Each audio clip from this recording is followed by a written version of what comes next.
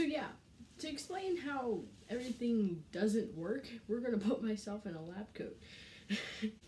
Now for the hot mess that was hot glue, quote unquote.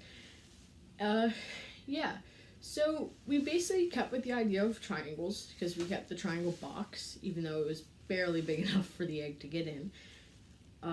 We used hot glue as bumpers because when it dries, it's actually really flexible and elastic in of itself, and it's just I put it in all the corners because that way it couldn't get jabbed into a corner, which was when I first dropped it. That was the only reason why the egg broke, was because it got jabbed into the corner, not because of force. So, but then again, it was just off of a picnic table, so it wasn't very high up. But yeah, that was the only problem we saw thus far. The other problem was the fact that bendy straws are very thin and very flexible, and even when you cut off the fact that it's bendy, it's still very thin, very flexible. The straws that I really liked were from McDonald's, and I got them when I went to get a Shamrock Shake. So yeah, they're thicker, they're just better quality, surprisingly. McDonald's sponsor us. But yeah, if we were to have used the McDonald's straws for everything, I think we would have had a better chance, and it may have worked out better and didn't exactly smash against the ground. Oh, darkness, my old friend. That was one thing, which I feel like was an issue with a lot of people's, because a lot of people that had straw type structures, their egg ended up cracking or breaking. This idea basically was that if we got the force to go somewhere else other than the egg, which was the idea of putting it across the egg like this, so the force would go straight across.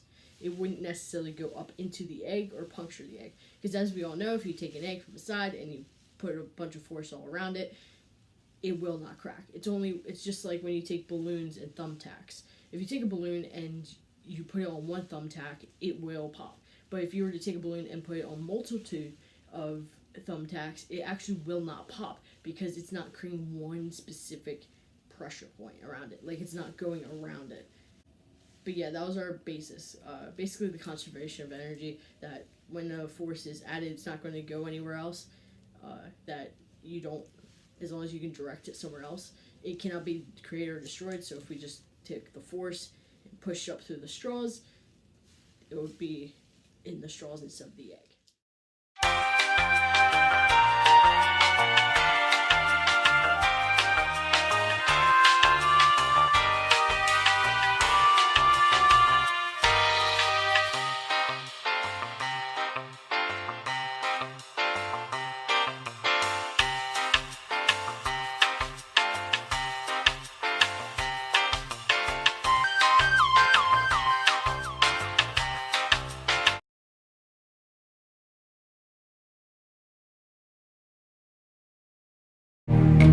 Who can say where the road goes, where the day flows? Only time. Who can say if you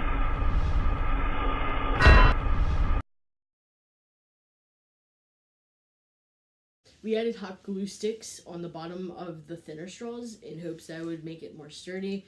It did not. They still, as you can see, broke or bent on both ends. We added hot glue sticks on the bottom and on the side to weigh it down, making sure, because that was our one fear, was that it was going to fall down sideways, which it did. It did end up falling this way, which kind of stunk.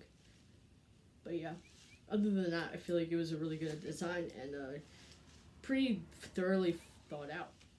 After seeing how both of these turned out, both of them ending with chicken egg everywhere, I think the best way we could have done this was actually combining the two ideas.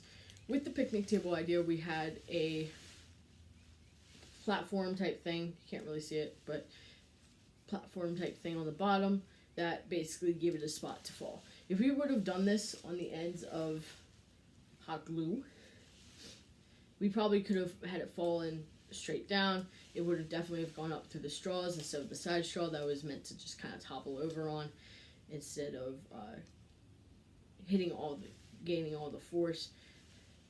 The sturdiness of this was definitely a no-go, but if we were to replace it with straws like we did here, it definitely could have survived, I feel like. But then again, it's just a theory.